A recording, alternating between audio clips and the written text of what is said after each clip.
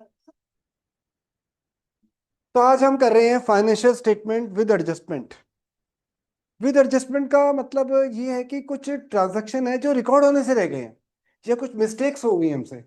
जैसे मैं अगर बोलता हूँ कि मान लो हमने जैसे ट्रांजैक्शन रिकॉर्ड करे, जर्नल एंट्री करी, लेजर पोस्टिंग करी, ट्रायल बैलेंस बनाया।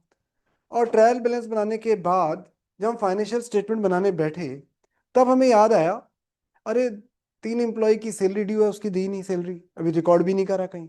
रेंट ड्यू है, उसकी कहीं एंट्री नहीं हुई। या इंश्योरेंस प्रीपेड हो चुका है, एडवांस भी अगले साल का, उसको भी एडजस्टमेंट कहीं नहीं करी हमने, एडजस्टमेंट एंट्री नहीं करी।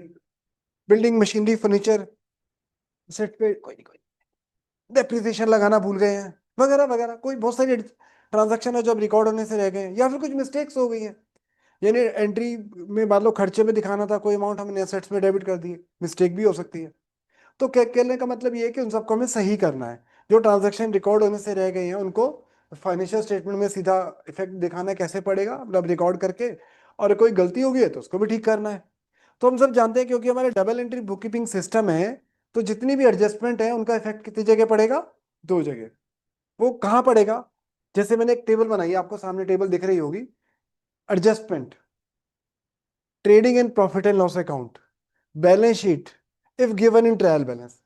कि एडजस्टमेंट, अच्छा हमें कैसे पता चलेगा एडजस्टमेंट है? जो आइटम ट्रायल बैलेंस में नहीं है, अलग से दिया हुआ है, मतलब वो एडजस्टमेंट है, उसकी एंट्री नहीं हुई अभी। जो आइटम ट्रायल बैलेंस में नहीं है उसके अलावा अगर आप कुछ लिख रहे हो, तो मतलब वो एडजस्टमेंट है। उसका इफेक्ट 2 जगह पड़ेगा।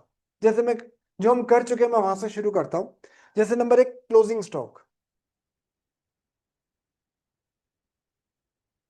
अब क्लोजिंग स्टॉक एडजस्टमेंट में दिया होता है, ट्रायल बैलेंस के बाहर दिया होता है, तो हम सब लिखते उसको 2 जगह दिखाते हैं। एक तो दिखाते हैं हम ट्रेडिंग अकाउंट के क्रेडिट में,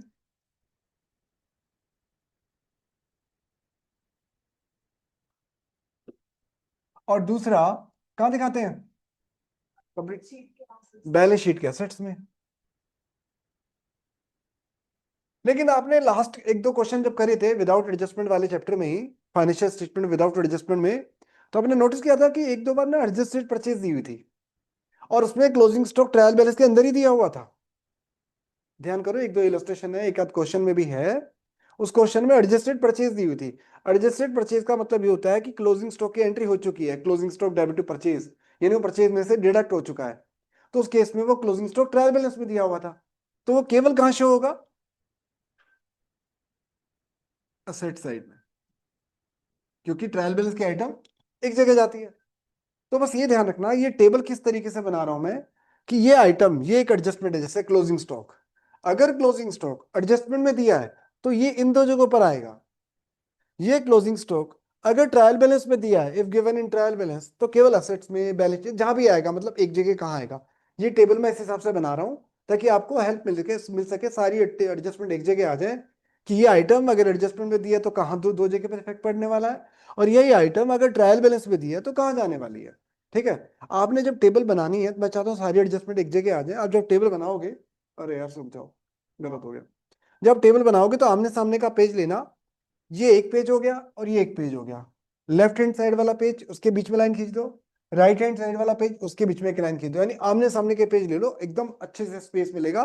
साफ सुथरे तरीके से एडजस्टमेंट आ जाएंगे। तो सबको मैं 2 मिनट का टाइम दे रहा हूँ, सब लोग टेबल बना लो।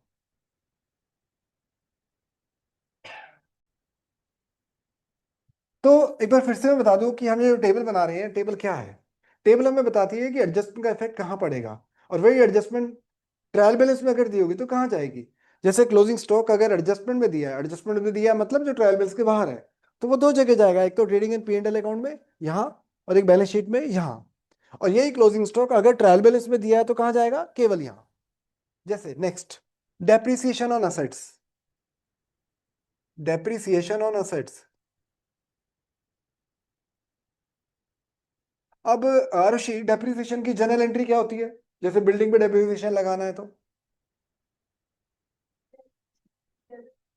Depreciation debit to assets. Depreciation को डेबिट क्यों किया है?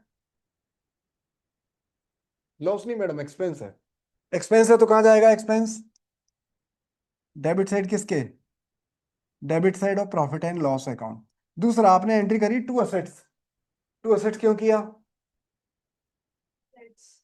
एसेट्स की जा नहीं रहा कहीं, एसेट्स की वैल्यू कम हो रही है, तो एसेट्स की वैल्यू कम करनी है, कर दो फिर कम, लेस फ्रॉम एसेट्स। अब बिल्डिंग पे डेप्रिसिएशन लगाना है तो बिल्डिंग में से कर दो, मशीनरी पे लगाना है तो मशीनरी में से माइनस कर दो। तो एक तो हम पी एंड एल के डेबिट में डालेंगे, लिखते रहो सब लोग, और दूसरा असेट्स में से माइनस कर देंगे। लेकिन मान लिया यही डेप्रिसिएशन अगर ट्रायल बैलेंस में दिया है तो कहाँ आएगा? ट्रायल बैलेंस की आइटम तो एक जगह जाती है ना, तो अगर ट्रायल बैलेंस में डेप्रिसिएशन दिया है तो वो कहाँ आएगा? असेट्स है हमारी, मेरी बिल्डिंग पे 50 लाख का डेप्रिसिएशन लग गया, ये मेरी असेट्स है। पैसे देने हमने किसी को, लाइबिलिटी हमें पैसे देने हैं किसी को, एक्सपेंस है। एक्सपेंस है तो कहाँ आएगा? Debit side of P and L account. तो अगर ट्रायल बैलेंस में दिया है तो मतलब जनरल एंट्री हो चुकी है, और जनरल एंट्री हो चुकी है तो खाली पी एंड एल के डेबिट में आ जाएगा एक जगह। ये तो आपने किए भी होंगे होमवर्क में क्वेश्चन, सोल प्रोप्राइटर के जो क्वेश्चन दिए थे होमवर्क में, जिसको मैंने हाईलाइट किया था आज, ये क्वेश्चन जरूर करने हैं आपको। नंबर 3,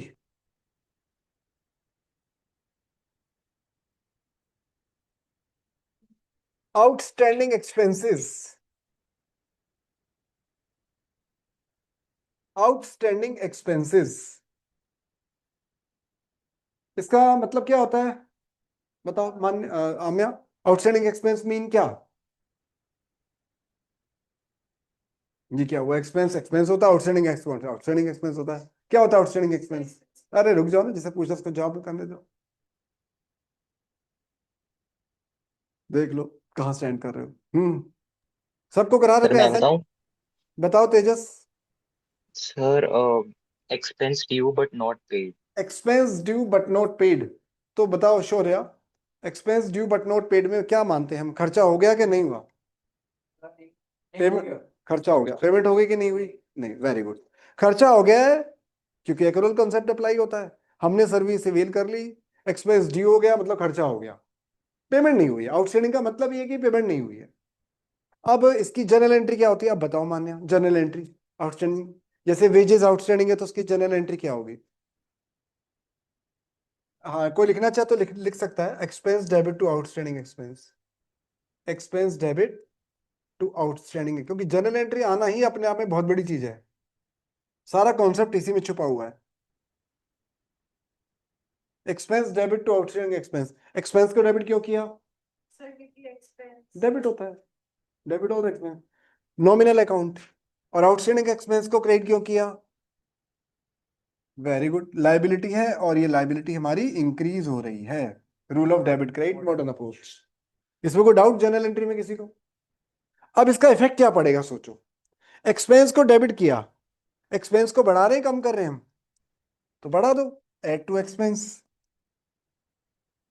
अब अगर वेजेस आउटस्टैंडिंग है तो वेजेस में ऐड हो जाएंगे, सैलरी आउटस्टैंडिंग है सैलरी में ऐड हो जाएगा, रेंट आउटस्टैंडिंग है रेंट में ऐड हो जाएगा। और दूसरा, आउटस्टैंडिंग सैलरी जो है लाइबिलिटी है, मतलब आउटस्टैंडिंग एक्सपेंस लाइबिलिटी है, तो लाइबिलिटी में शो कर देंगे इसको, जो भी आउटस्टैंडिंग अमाउंट है वो लाइबिलिटी साइड में आ जाएंगे पैसे। तो जितने भी अमाउंट आउटस्टैंडिंग है एक तो खर्चे में ऐड हो जाएगी, एक दूसरा लाइबिलिटी में आ जाएगी। अब आरुषि, अगर आउटस्टैंडिंग सैलरी या आउटस्टैंडिंग रेंट या कोई भी आउटस्टैंडिंग एक्सपेंस ट्रायल बैलेंस में दिया है तो ऑब्वियसली एक जगह जाएगा, कहाँ जाएगा और क्यों जाएगा? अब बताओ, तुम्हारे लेवल की चीज तुमसे पूछूंगा ना। आउटस्टैंडिंग एक्सपेंस अगर ट्रायल बैलेंस में दिया है तो कहाँ जाएगा और क्यों जाएगा? क्यों जाएगा पी एंड एल में? ये भी तो बताओ, डेबिट में कि क्रेडिट में? आउटस्टैंडिंग एक्सपेंस क्या एक्सपेंस होता है? अभी बताया मान्य ने, लाइबिलिटी होती है, बैलेंस शीट में लाइबिलिटी साइड में जाएगा। वेरी, तो लिखो लाइबिलिटी साइड। अगर ट्रायल बैलेंस में दिया है तो केवल लाइबिलिटी में आएगा, क्योंकि आउटस्टैंडिंग एक्सपेंस पर्सनल अकाउंट है, रिप्रेजेंटेटिव पर्सनल अकाउंट है, हमने किसी को पैसे देने हैं तो इसलिए लाइबिलिटी है हमारी। लिखते रहे ना, दिमाग चलाते रहो, लिखते भी रहो, धीरे धीरे चल रहा हूं मैं, ज्यादा तेजी से नहीं चल रहा। Number 4, prepaid expense.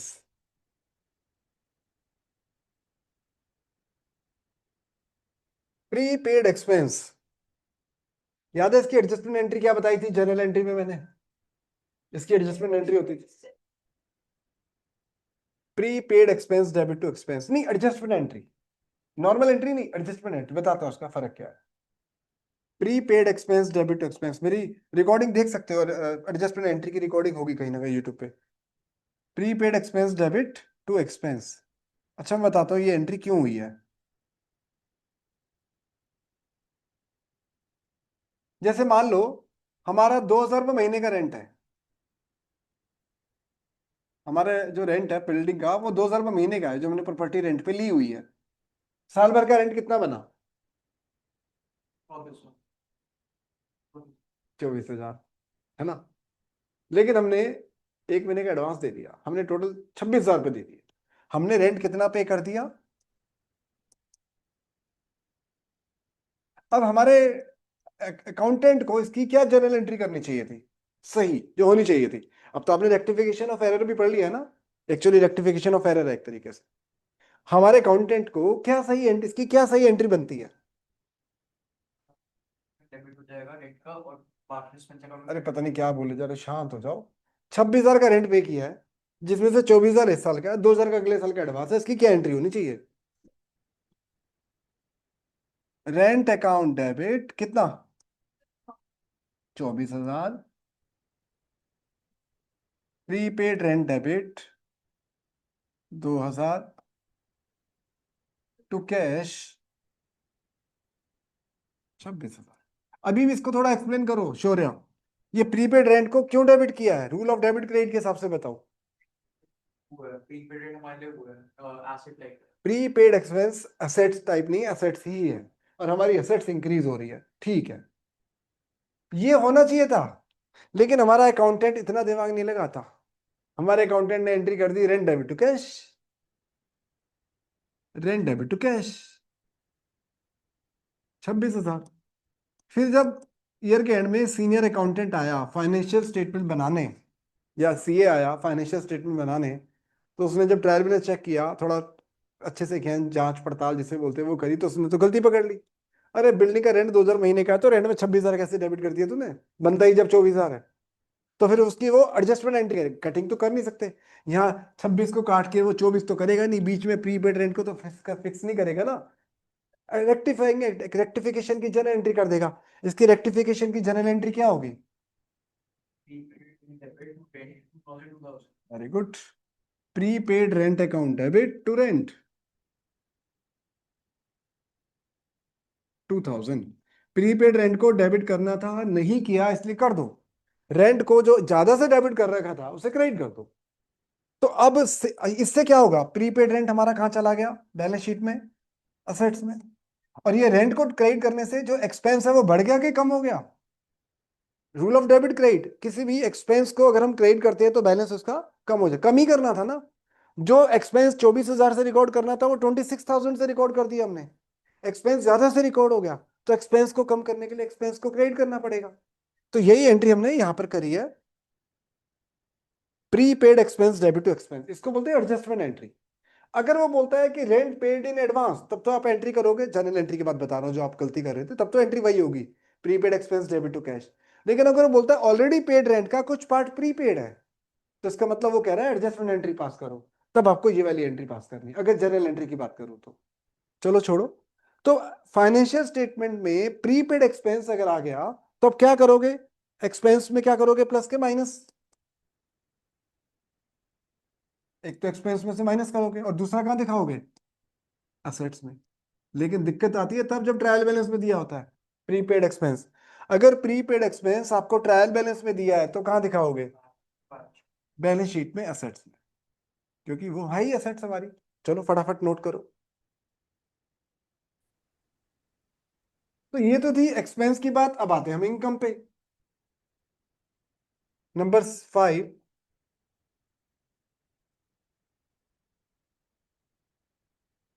Accrued income. Accrued income लिखते रहो, नोट करते रहो, एक्रूड इनकम। आना क्या होती है एक्रूड इनकम? नहीं लगती है यहाँ तो, इसकी से बहुत गर्मी निकलती है, इसमें बहुत हीट होती है। हाँ, हाँ इसमें से हीट निकलती है। बोलो Manya. Income earn but not received. Income होगी कि नहीं होगी शौर्या? इनकम हुई लेकिन हमें पैसे नहीं मिले। इनकम होगी पैसे, ये कैसी इनकम है जो इनकम होगी पैसे नहीं मिले? ऐसा होता है कभी? होता है। सर्विस डिलीवर्ड कर दी। ओ भाई कॉन्फिडेंस है लड़के में, तो सही कह रहा है बिल्कुल। एक्रूअल कंसेप्ट है, बिल्कुल सही कहा आपने कि सर्विस दे दी तो एक्रूअल कंसेप्ट कहता है कि इनकम हो गई, पैसे नहीं मिले अभी तक। क्या एंट्री होती है इसकी? जनरल एंट्री समझाने के लिए बता रहा हूं खाली। Accrued income, debit to income. पैसे लेने हैं, पैसे लेने हैं मतलब असेट्स है, इसलिए उसको डेबिट कर दिया। और इनकम तो होती ही क्रेडिट है, credit all the income and gain.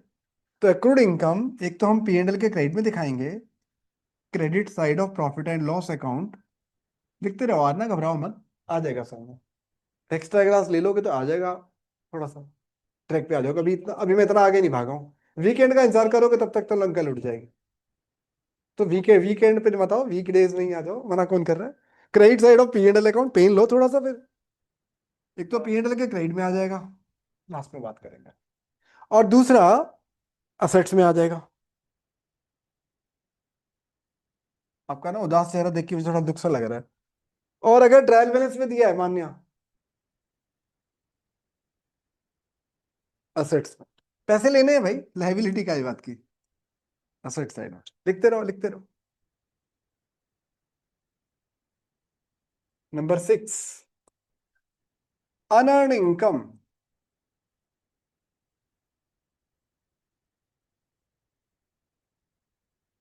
यानी कि income received in advance.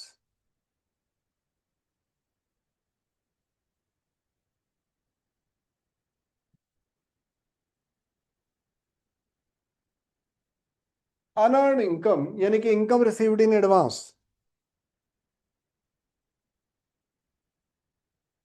Hmm, liability है। और दूसरा इनकम में ऐड करोगे लेस करोगे? क्योंकि हमें अगर 50 लाख की इनकम मिली है, उसमें से 10 लाख रुपए अगले साल के एडवांस हैं। मेरी बात गौर से सुनना। हमें इनकम कितनी मिली है? 50 लाख, जिसमें से 10 लाख रुपए, तो इनकम में इस साल की इनकम में कितने दिखाएंगे? 40 लाख। तो यानी 50 लाख में से 10 लाख माइनस करके 40 लाख दिखाओगे ना, तो यानी कि इनकम में से माइनस कर दो, लेस फ्रॉम इनकम। एक तो इनकम में से माइनस कर दो, लेस फ्रॉम इनकम। और दूसरा, भैया लाइबिलिटी है, काम भी करना पड़ेगा, नहीं तो पैसे वापस करने पड़ेंगे। और ट्रायल बैलेंस में दिया है तो भी लाइबिलिटी है। एडवांस इनकम अपने आप में एक नॉन पर्सनल अकाउंट है, लाइबिलिटी है, nature wise rule of debit credit.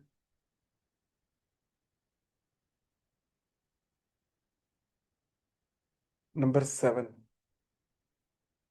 Interest. यहां तक लिख लिया सबने? वो मेरी रिकॉर्डिंग चल रही है ना? हाँ चल रही है, ठीक है। अगला है interest on capital. Interest on capital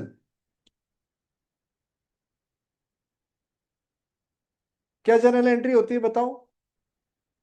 आरो ही। Very good. इंटरेस्ट ऑन के ओ कहते हैं, हाँ याददाश्त वापिस आ गई इसकी। Interest on capital debit to capital. Aamya, थोड़ा एक्सप्लेन करो, इंटरेस्ट को डेबिट क्यों किया है, कैपिटल को क्रेडिट क्यों किया है? मेन तो ये बात है, क्या पता रट्टी पड़ी हो एंट्री।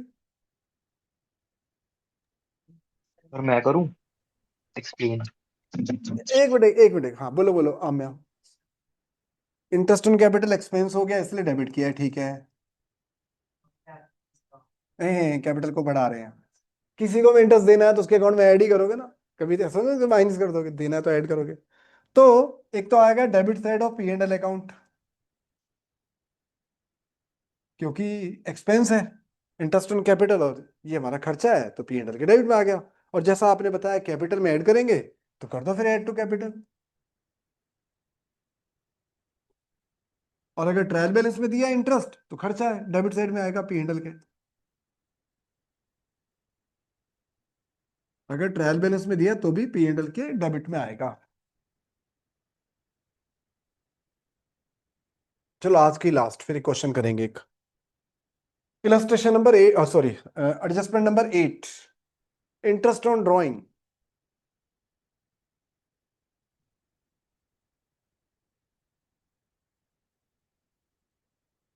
बताओ हर्षी, इंटरेस्ट ऑन ड्राइंग की जर्नल एंट्री क्या होती है? ड्राइंग या कैपिटल डेबिट?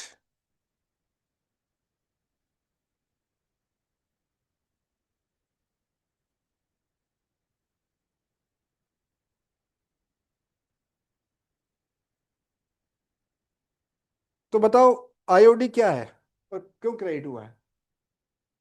इनकम है। और इनकम कहाँ जाती है? किसके क्रेडिट में?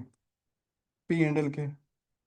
और दूसरा ड्राइंग डेबिट कर लो या कैपिटल डेबिट करो, मतलब क्या बढ़ा रहे हैं? कैपिटल को बढ़ा रहे हैं, कम कर रहे हैं? कम कर रहे हैं, लेस फ्रॉम कैपिटल। और इंटरेस्ट ऑन ड्राइंग हमारी इनकम है, इसलिए credit side of P and L अगर ट्रायल बैलेंस में दिया है तो।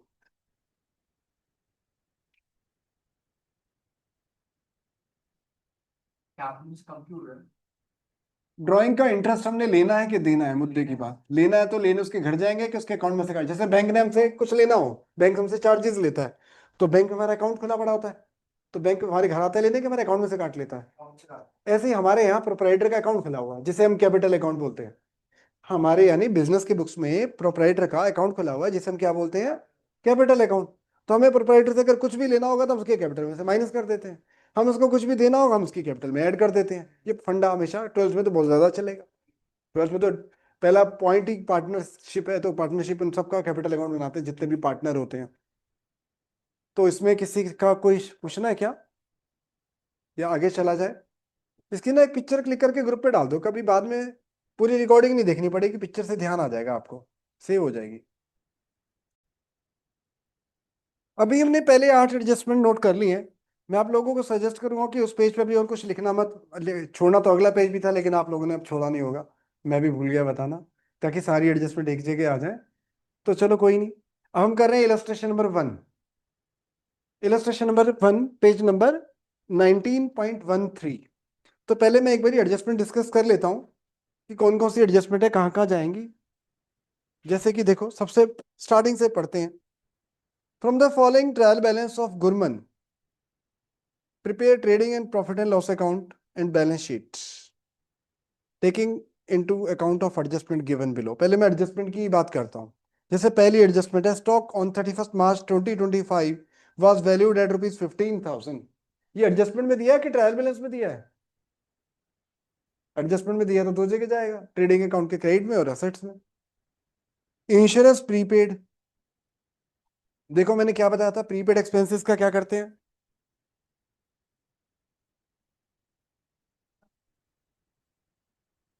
पीएनएल में से माइनस करते हैं। प्रीपेड एक्सपेंसेस एक तो खर्चे में से माइनस कर देते हैं और दूसरा असेट्स में दिखा देते हैं। नेक्स्ट एडजस्टमेंट क्या है ऋषि? आउटस्टैंडिंग एक्सपेंसेस, एक तो एक्सपेंस में ऐड कर देंगे, एक लाइबिलिटी में दिखा देंगे। Next, commission of ₹5,000 yet to be received, यानी कौन सी एडजस्टमेंट हो गई है? Accrued income. क्या करेंगे, एक तो पी एंड एल के क्रेडिट में अगर कोई पहले से कमीशन दिए तो उसमें ऐड कर देंगे, नहीं तो अलग से दिखा देंगे। और दूसरा क्या दिखाएंगे? असेट्स में। नेक्स्ट, बिल्डिंग को डेप्रिशिएट करना है 2% से, एक तो बिल्डिंग में से क्या कर देंगे?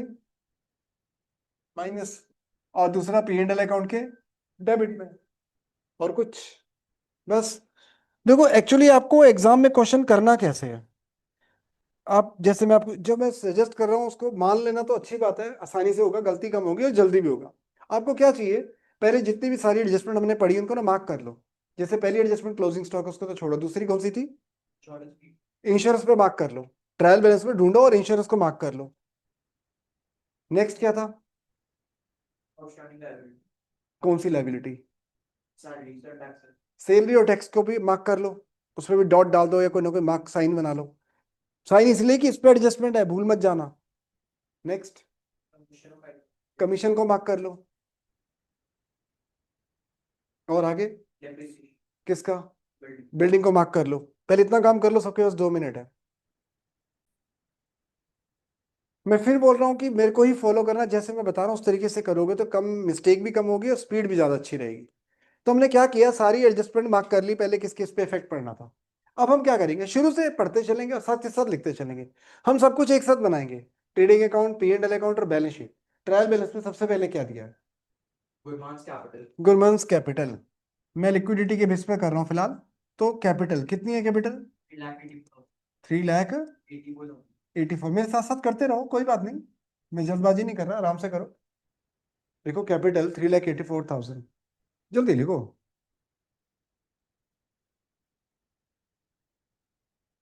Next, Goodman's Drawings. Drawing, capital में से माइनस कर देंगे amount. 7,600.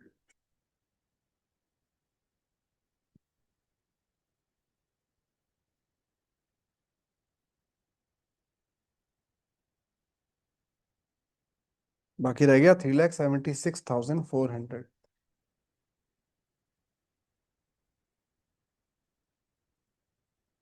Next, Purchases. Opening stock के लिए मैं स्पेस छोड़ रहा हूं, जब आएगा लिख दूंगा, अभी मैं लिख देता हूं टू परचेज।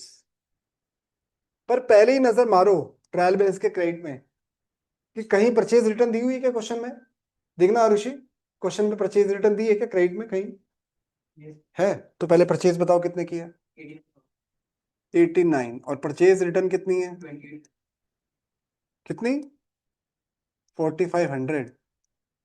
तो ये रह गया 84,500। तो इस तरह से करना, पहले परचेज लिख दो, परचेज में से परचेज रिटर्न माइनस करके जो बचेगा उसको बोलते हैं नेट परचेज। आगे क्या है, Sales. सेल। नजर मारो, देखो सेल्स रिटर्न है क्या, तो सेल बताओ कितने की है पहले, 1,50,000. और सेल्स रिटर्न 2,000. कितना 2,800।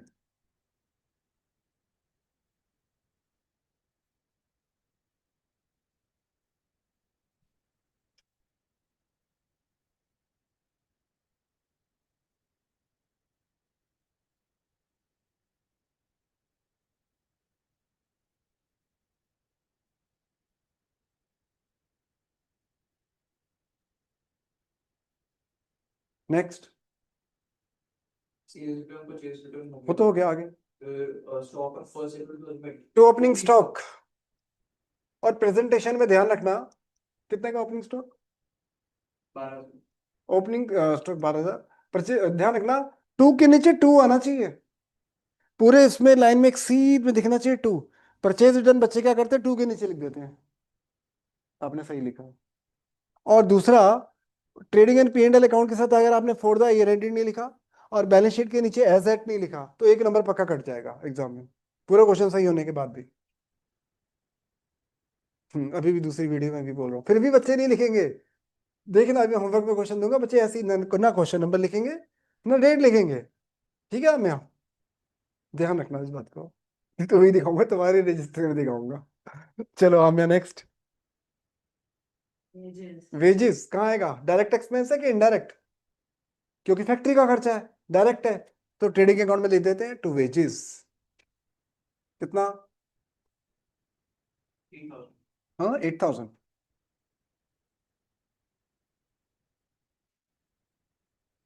नेक्स्ट, बिल्डिंग, बिल्डिंग आएगी असेट्स में, पर ध्यान रखना बिल्डिंग के ऊपर एडजस्टमेंट है, तो मैं भी लिक्विडिटी को भी इग्नोर कर देता हूँ, अभी वो नेक्स्ट क्लास में बता दूंगा कैसे बनती है बैलेंस शीट। अभी मैं जो आता जा रहा है लिखता जा रहा हूँ। चलो, बिल्डिंग कितने की है, 2,20,000. 2,20,000। अब इसमें क्योंकि एडजस्टमेंट है तो साथ के साथ मैं एडजस्टमेंट दो जगह लिखूंगा। ट्रायल बैलेंस की आइटम एक जगह आती है, वो मैंने लिख दी बिल्डिंग। एडजस्टमेंट में डेप्रिसिएशन दिया हुआ है 2%, एक तो बिल्डिंग में से माइनस हो जाएगा, हाथ के हाथ पहले बिल्डिंग में से माइनस करो,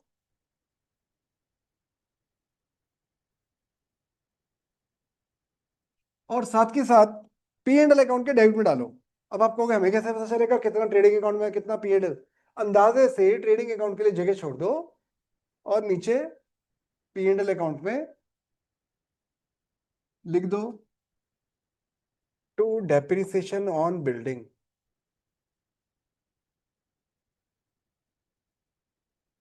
4,400।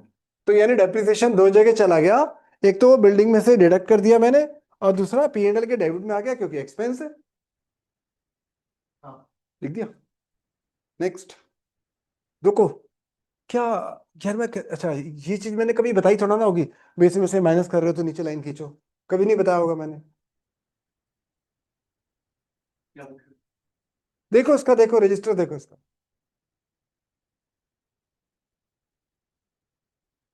बाहर में आपने डाली थी लाइन। चलो गुड। नेक्स्ट। 12% इन्वेस्टमेंट, ध्यान रखना इन्वेस्टमेंट तो हमारी एसेट्स है।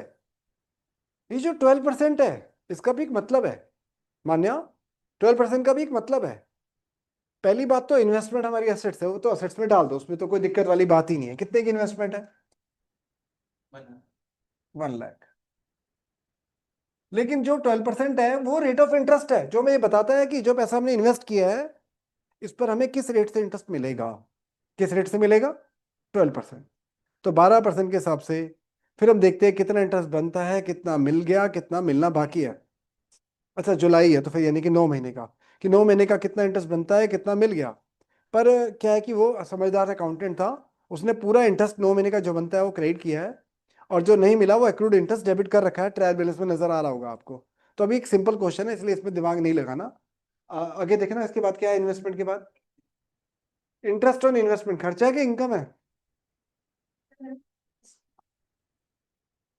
हाँ इन्वेस्टमेंट तो असेट्स ही है, हमने कहीं पैसा इन्वेस्ट किया है, तुम्हारी असेट्स है, बेच सकते हो उसको आप। और जो इंटरेस्ट मिला है वो हमारी इनकम है। कितना इंटरेस्ट है? 9,000। पता कैसे चलेगा क्रेडिट में आएगा? पहली बात तो इन्वेस्ट हम करते क्यों है कि भैया इंटरेस्ट मिलेगा तो इनकम ही हो सकती है, खर्चा तो हो ही नहीं सकता। अब क्योंकि इनकम है तो ट्रायल बैलेंस के क्रेडिट में होगा, तो देखो ट्रायल बैलेंस के क्रेडिट में इंटरेस्ट, लेकिन इसमें आगे एक्रूड इंटरेस्ट भी दिया है। देखना क्वेश्चन में कहीं एक्रूड इंटरेस्ट भी दिया है। कितना? Accrued interest on investment 3,000। ये क्या है? खर्चा के इनकम। अक्रूड इंटरेस्ट यानी कि इंटरेस्ट मान्य, एक्रूड इंटरेस्ट ऑन इन्वेस्टमेंट खर्चा है कि इनकम है? नहीं, असेट्स है। Rule of debit credit, modern modern approach. Assets में क्या क्या आता है? Building, machinery, furniture, cash, debtor, stock, prepaid expenses, accrued income. तो ये पर्सनल अकाउंट है as per rule of debit credit, traditional approach. Representative personal account, हमने किसी से पैसे लेने इंटरेस्ट के उसका अकाउंट है ये। तो एक्रूड इंटरेस्ट क्या है? असेट्स, तो असेट्स में दिखा दो। और अभी थोड़ी देर पहले मैंने आपको एक टेबल बनवाई थी जिसमें मैंने बताया था कि एक्रूड इनकम अगर ट्रायल बैलेंस में दी है तो केवल एक जगह असेट्स में जाएगी। दिखाऊं? ये देखो जी, शुक्र है इसमें बोर्ड में साफ करने की जरूरत नहीं पड़ती। एक्रूड इनकम अगर ट्रायल बैलेंस में दी है तो कहां जाएगी? असेट्स। नजर आ रहा है? एक्रूड इनकम अगर trial balance given in trial balance तो कहां जाएगी? असेट्स में।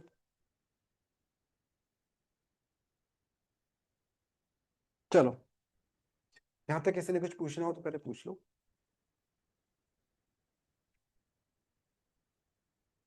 लिख लो लिख लो, लिख लिया। Next. Freight and carriage inward. देखो मैं सारा नहीं करा पाऊंगा क्योंकि क्लास ओवर होने का टाइम हो रहा है, तो मैं से करता हूँ। सिस्टम समझा दिया कैसे करना है, इसे घर जाके पूरा करना। बस जो एडजस्टमेंट बची है मैं हाथ के वो करा देता हूँ। देखना ना कौन कौन सी एडजस्टमेंट बची है। पहला है क्लोजिंग स्टॉक, वो लिख लो, मेरे साथ साथ कर लो। तो क्लोजिंग स्टॉक एक तो असेट्स में आ जाएगी, तो ये कि बची हुई ट्रायल बैलेंस की आइटम घर जाके लिख लेना और क्लोजिंग कर देना। क्लोजिंग स्टॉक कितने का है?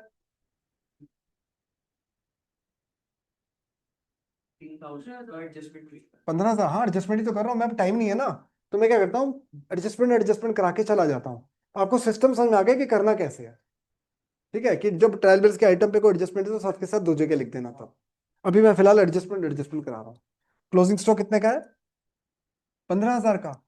एक तो ट्रेडिंग अकाउंट के क्रेडिट में आ जाएगा, एक असेट्स में चला जाएगा।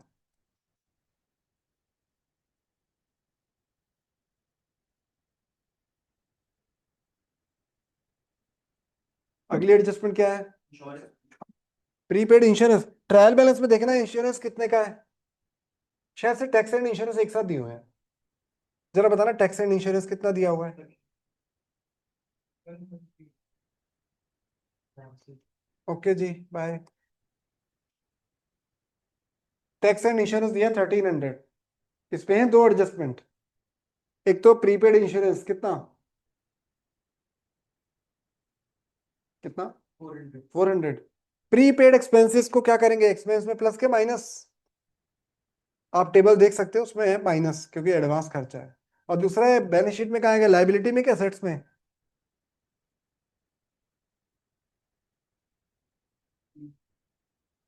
एसेट। असेट्स में प्रीपेड हमेशा असेट्स होती है।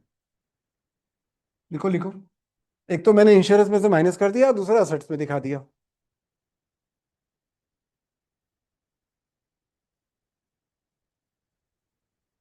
एक और एडजस्टमेंट है इस पे, वो आउटस्टैंडिंग टैक्स होगा, देखो ट्रायल बैलेंस में।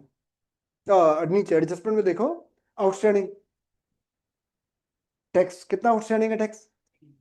रिवर्स, एक तो खर्चे में ऐड हो जाएगा आउटस्टैंडिंग टैक्स, और दूसरा लाइबिलिटी में आ जाएगा आउटस्टैंडिंग टैक्स। ये ऊपर बैलेंस शीट है ना, लाइबिलिटी साइड है ये, इसमें लाइबिलिटी में आ जाएंगे 1300।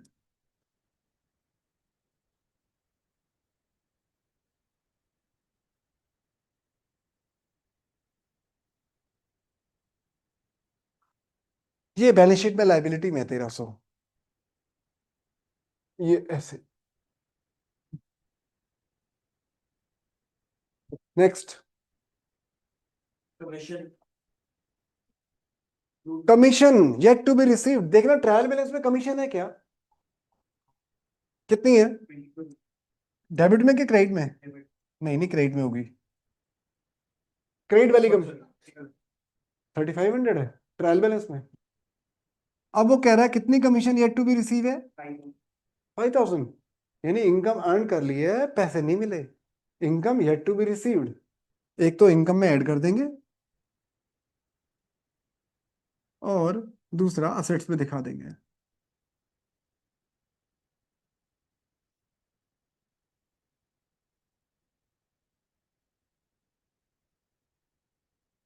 कमीशन में एक तो मैंने ऐड कर दिया, एक्रूड कमीशन 5000, और दूसरा असेट्स में दिखा दिया 5000 रुपये।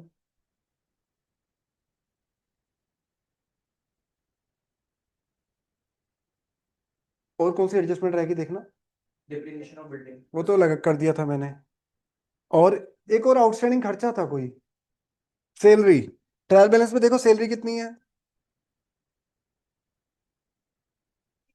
8000। एडजस्टमेंट में कितनी आउटस्टैंडिंग है, एक तो एक्सपेंस में ऐड कर देंगे, और एक लाइबिलिटी में दिखा देंगे।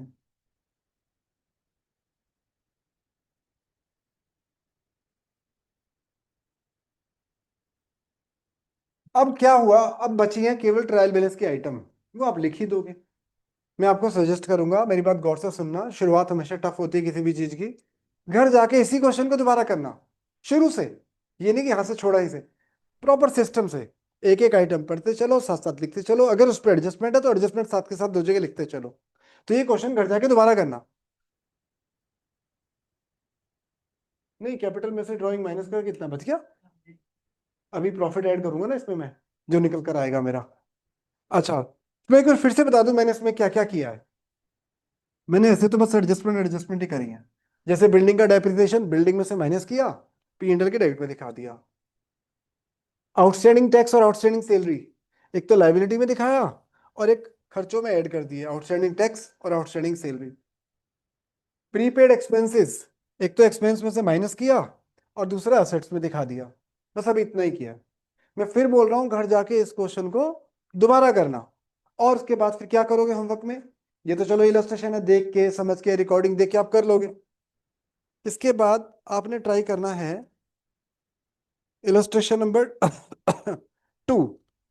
अगर कोई एक आध एडजस्टमेंट नहीं भी समझ में आता तो उसको इग्नोर कर देना। जैसे थर्ड एडजस्टमेंट जो है, कोई मशीन बेची थी और वो पैसे पर्सनल यूज में ले लिए थे, चलो बता देता हूँ इलस्ट्रेशन नंबर 2 में। खुद ट्राई करना, दिमाग लगाना, ज्यादा ज्यादा अटक जाओगे। मतलब पूरा क्वेश्चन ट्राई करना, जो एडजस्टमेंट नहीं समझ आ रही उसको छोड़ देना। फिर मैं क्या होगा, क्लास में वो एडजस्टमेंट बताऊंगा आपको, क्वेश्चन अभी साथ के साथ फिनिश हो जाएगा।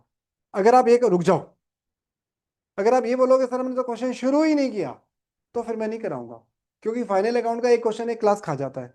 40 क्वेश्चन है तो मेरे को 40 क्लास कर लेने के लिए मुझे तो 4 महीने चाहिए। एक है ना, 12 ही तो क्लास होती है, तो 4 महीने का टाइम तो मेरे पास नहीं है।